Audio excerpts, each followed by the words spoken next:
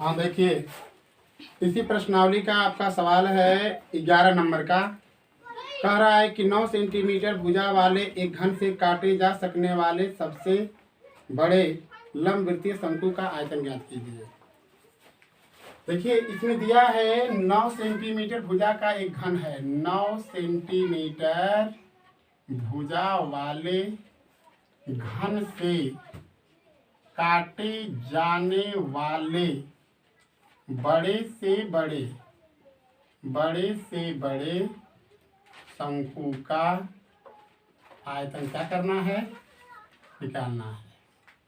आयतन ज्ञात कीजिए। तो सबसे पहले आप क्या करेंगे, सबसे पहले जो 9 सेंटीमीटर भुजा वाला आपको घन दिया है, पहले उस घन को देखें आप। अगर हम मान लेते हैं कि ये हमारा जो है 9 सेंटीमीटर भुजा का हमारा एक घन है। 9 सेंटीमीटर भुजा वाला ये हमारा एक घन है, ठीक है। इसकी प्रत्येक भुजा जो है 9 सेंटीमीटर है। 9 सेंटीमीटर का मतलब इसकी लंबाई, चौड़ाई, ऊंचाई सब क्या है, 9 सेंटीमीटर। ये भी 9 सेंटीमीटर है, ये भी 9 सेंटीमीटर है और ये भी 9 सेंटीमीटर है। अब क्या करना है, इससे हमें शंकु काटना है। तो शंकु अगर आप काटेंगे तो अगर इसके एक पृष्ठ को अगर हम बाहर कर लेते हैं और इसी पर आपको काट करके दिखा देते हैं, क्योंकि एक ही पृष्ठ से आपको समझना है। ये भी 9 सेंटीमीटर है, ये भी 9 सेंटीमीटर है, ये भी 9 सेंटीमीटर है और ये भी 9 सेंटीमीटर है। अगर इससे अगर आप घन काटेंगे, अरे शंकु काटेंगे तो शंकु ऐसा ही कटेगा। आप समझ रहे हैं, शंकु इसी तरीके का आपका कटेगा। और कहने का मतलब क्या होगा, शंकु का जो बेस होगा, आधार होगा, वो इतना व्यास का होगा, ठीक है ना। तो इसका मतलब क्या हुआ, ये जो शंकु आपने काटा है, इस शंकु की ऊंचाई तो 9 सेंटीमीटर ही होगी, लेकिन यह जो होगा यह शंकु का व्यास होगा। शंकु का व्यास यानी शंकु का जो व्यास होगा वो 9 सेंटीमीटर होगा। अगर इसकी त्रिज्या अगर आप निकालते हैं तो 9/2 सेंटीमीटर। तो यहाँ पर लिखेंगे कि 9 सेंटीमीटर भुजा वाले घन से काटे गए बड़े से बड़े शंकु की ऊंचाई 9 सेंटीमीटर और व्यास 9 सेंटीमीटर होगा। इसलिए त्रिज्या निकाल लीजिएगा। जब त्रिज्या निकालेंगे तो 9/2 सेंटीमीटर। इसलिए शंकु का आयतन,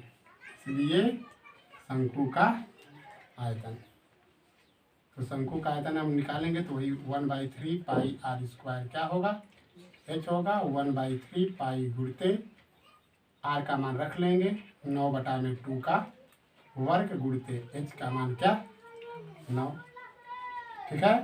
अब आगे चलेंगे तो 1/3 पाई गुणते 9 81/4 गुणते 9, 3 से काट दीजिएगा, 3 3 के 9। अब तो नहीं कटेगा, तो ये क्या हो जाएगा, 3 कम 3, 3 8 24 पाई अब बटा में क्या हो गया 4। इतना घन सेंटीमीटर। पाई का मान भी रख सकते हैं, लेकिन पाई का मान रखने पर कोई मतलब कटेगा नहीं, दशमलव में आएगा। पाई का मान यहाँ पर रख करके भी क्या कर सकते हैं, कर सकते हैं। 9वां के बाद और सवाल कौन सा है, कोई बोलिए झट से।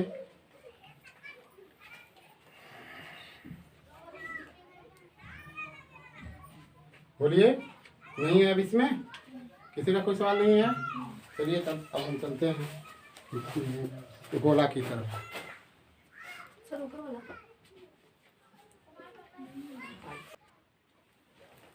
हाँ देखिए, अब हम लोग मेंसुरेशन के लास्ट छोर पर पहुंच रहे हैं, जिसमें हमें पढ़ना है क्या, गोला।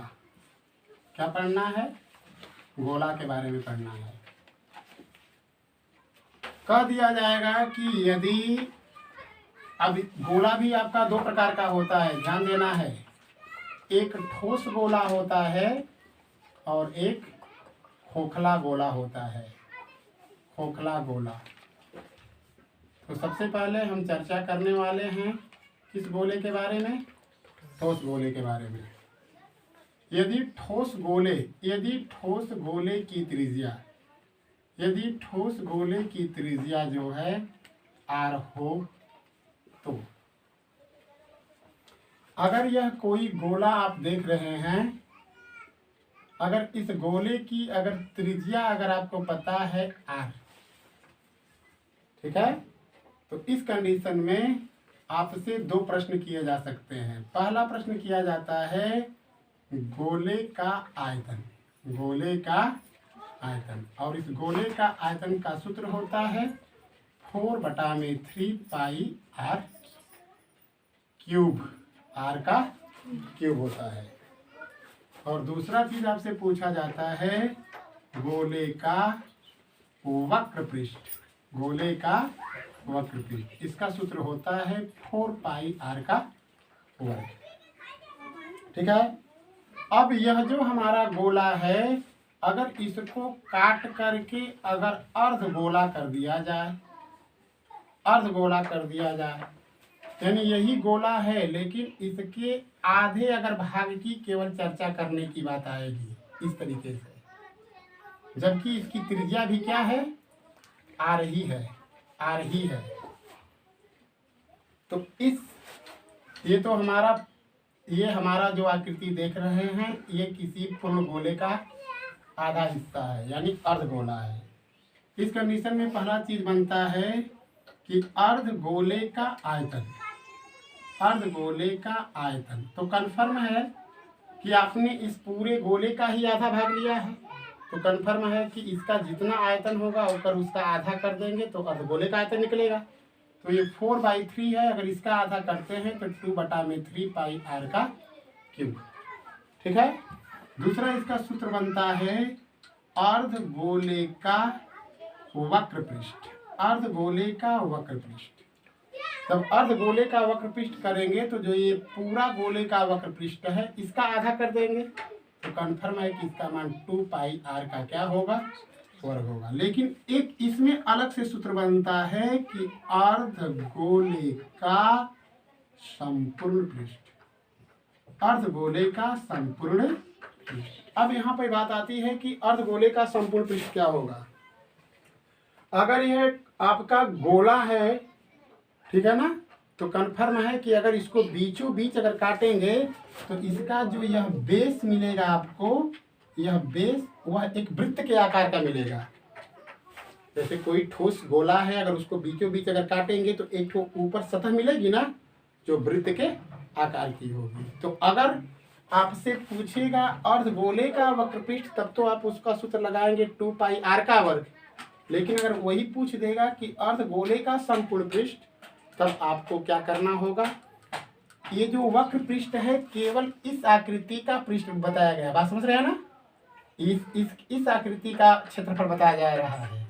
लेकिन अगर संपूर्ण कह दिया जाएगा तो गोले का जो बेस वृत्त के आकार का दिखाई देगा, इसमें उतना हम क्या कर लेंगे, जोड़ लेंगे। इसलिए ये बन जाता है 2 पाई r का वर्ग प्लस पाई r का वर्ग, यानी 3 पाई r का वर्ग। ये सूत्र आपको उस समय यूज करना है जब अर्ध गोले का संपूर्ण पृष्ठ पूछेगा। दूसरी बात, कुछ कॉमन सी बातें आते हैं। अगर कोई पूछेगा कि एक गोला है, गोले की ऊंचाई क्या होगी, गोले की ऊंचाई, तो देख रहे हैं ना ये गोला है, इसकी त्रिज्या क्या है, r। अगर इसको अगर आप इस तरीके से अगर शो करते हैं तो कन्फर्म है कि ये भी r होगा और ये भी r होगा, और यही जो हमारा गोला है, यही गोले की क्या होगी, ऊंचाई होगी। बात समझ रहे हैं ना। तो किसी भी गोले की जो ऊंचाई होती है वह गोले का व्यास होता है, यानी h का मान इसके बराबर 2r के बराबर। लेकिन अगर गोला हमारा पूर्ण गोला न हो करके अर्ध गोला होगा तो अर्ध गोले की जो ऊंचाई होती है h, वह अर्ध गोले की त्रिज्या के ही बराबर होगी। यानी इस कंडीशन में h का मान किसके बराबर, r के बराबर। बात समझ में आई। किसी भी गोले का ऊंचाई उसके व्यास के बराबर होती है, यानी 2r के बराबर।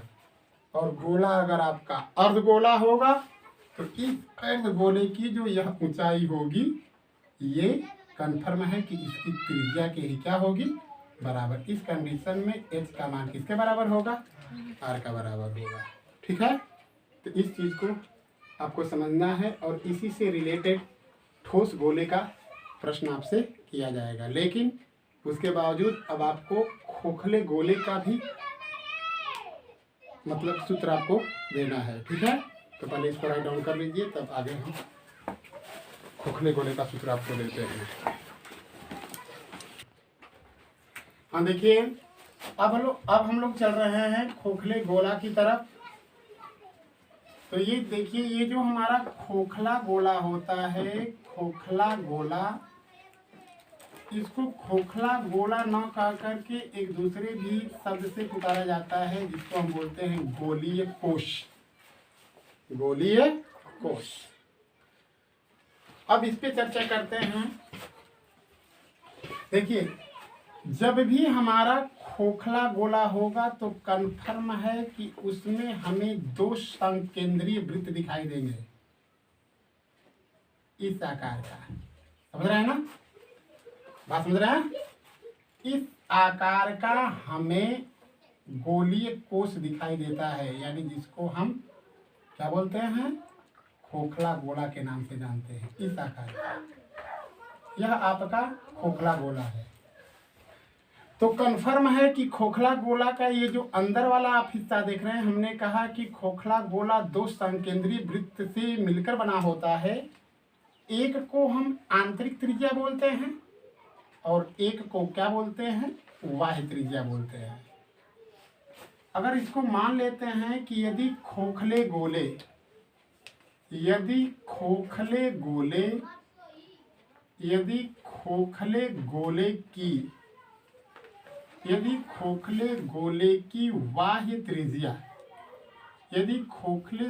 की बाह्य त्रिज्या कैपिटल आर, यानी अगर इसका नाम आप O दे देते हैं, A दे देते हैं और B दे देते हैं, तो इसमें बाह्य जो हमारी त्रिज्या है वो कैपिटल R है, जो OB है, यानी इसका मान कैपिटल R है।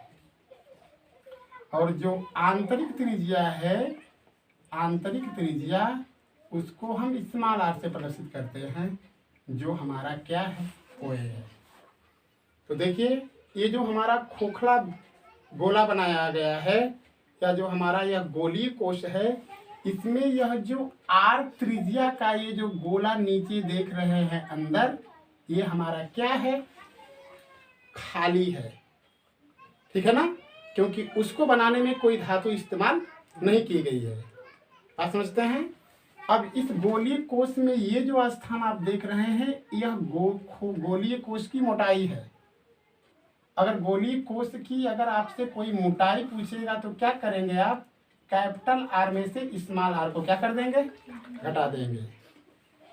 ठीक है, अगर आपसे कोई पूछ देगा कि यह जो गोला है कितनी मोटी चादर से बना है, तो अगर इस मोटी चादर की अगर मोटाई प्राप्त करना होगा तो आपको कैपिटल R में से इस स्मॉल r को क्या करना होगा, घटा देना होगा। तो यहाँ पर लिखा गया है कि यदि खोखले गोले की बाह्य त्रिज्या R और आंतरिक त्रिज्या जो है स्मॉल r है। अब हमें इसमें केवल एक ही प्रश्न किया जा सकता है, गोलीय कोश का या खोखले गोले का आयतन। तो आयतन निकालेंगे तो करेंगे क्या, अगर बड़ी वाली त्रिज्या अगर हम ले लेते हैं तो इसमें पूरा गोला आ जाएगा, जिसमें ये खाली वाला जगह भी सम्मिलित हो जाएगा।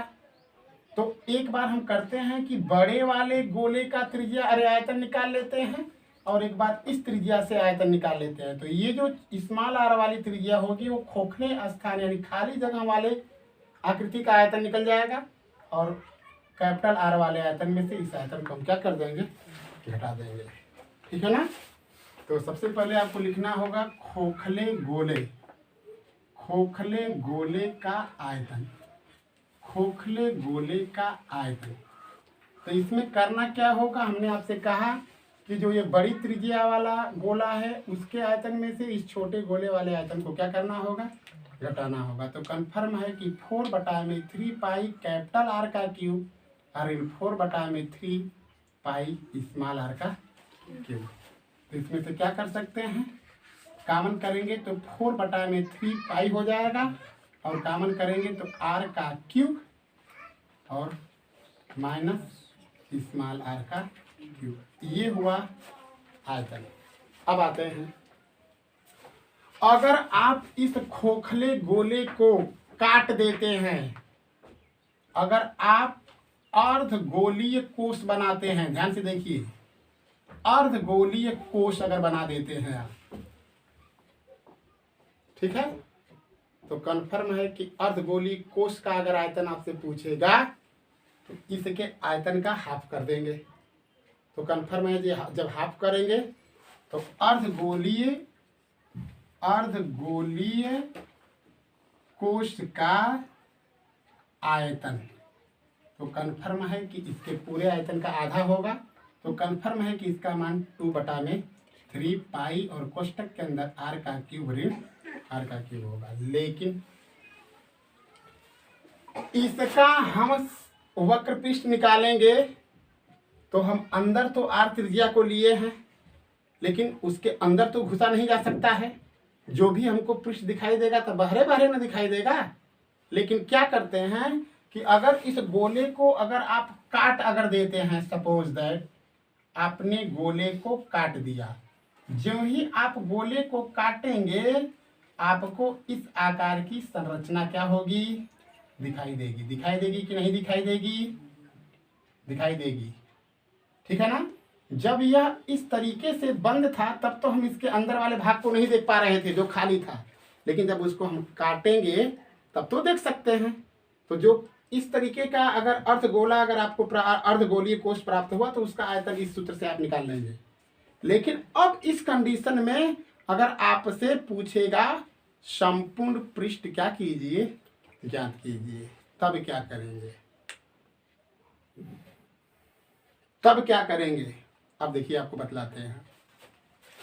इस तरीके का अगर भाग होगा तो आपको ऑलरेडी यह पता है कि अगर यहाँ पर हम ए लिख देते हैं, यहाँ पर बी अगर लिख देते हैं तो, और यहाँ पर अगर ओ लिख देते हैं तो एक त्रिज्या आर की यहाँ वाली है और एक त्रिज्या यहाँ से यहाँ है। अब हमें निकालना अगर होगा कि अर्धगोलीय कोष्ठ का संपूर्ण पृष्ठ, अगर संपूर्ण पृष्ठ अगर निकालना होगा तो देखिए इसमें क्या क्या जुटेगा। पहला तो काम होगा कि जो है बाहर बाहर लौकत है, ये जो बाहर बाहर आपको दिखाई दे रहा है इसका हमें क्या निकालना होगा, वक्र पृष्ठ ना। तो उसका जब वक्र पृष्ठ निकालेंगे तो क्या है, वो गोला ही है। तो जब गोले का आते हैं तो उसमें आपको बताया गया है कि 4 पाई आर का वर्ग होता है। तो कन्फर्म है कि इसका आधा करेंगे तो 2 पाई आर का वर्ग होगा। तो 2 पाई आर का मतलब ये आर वाली त्रिज्या का है, कैपिटल आर वाला है। तो कन्फर्म है कि इसमें 2 पाई आर का वर्ग होगा।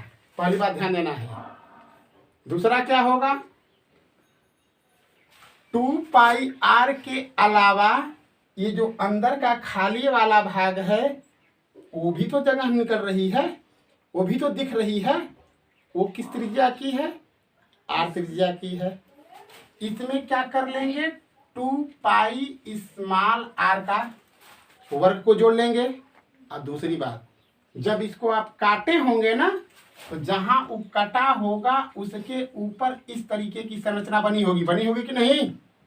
अरे खोखला अगर गोला है, अगर उसको काटे होंगे तो हाई हाई हाई अंदर वाला जगह दिखाई दे ही, हाई ऊपरों तो जगह दिखाई दे ही। तो ये 2 त्रिज्या का हो गया ना।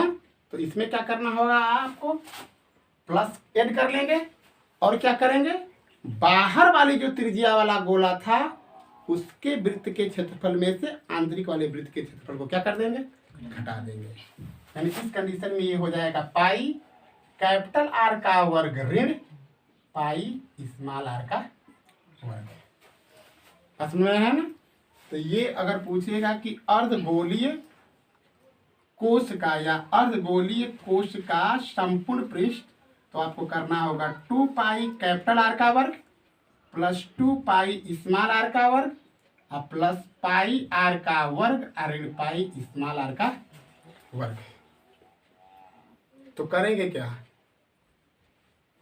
कॉमन दिख रहा है ना, ये चीज एक ही ना है, तो कन्फर्म है कि ये 3 पाई कैपिटल आर का वर्ग हो जाएगा और ये दोनों मिलेंगे तो घटेगा ना, एक ऋण है तो ये हो जाएगा प्लस पाई आर का क्या होगा वर्ग, ये चीज ठीक है। लेकिन आपके सिलेबस में अर्धगोलीय कोश का कोर्स से रिलेटेड कोई प्रश्न नहीं है, ठीक है। अब एक प्रश्न मैं अपने पहले इस चीज को नोट कर लीजिए, तब उसके बाद हम प्रश्न देते हैं।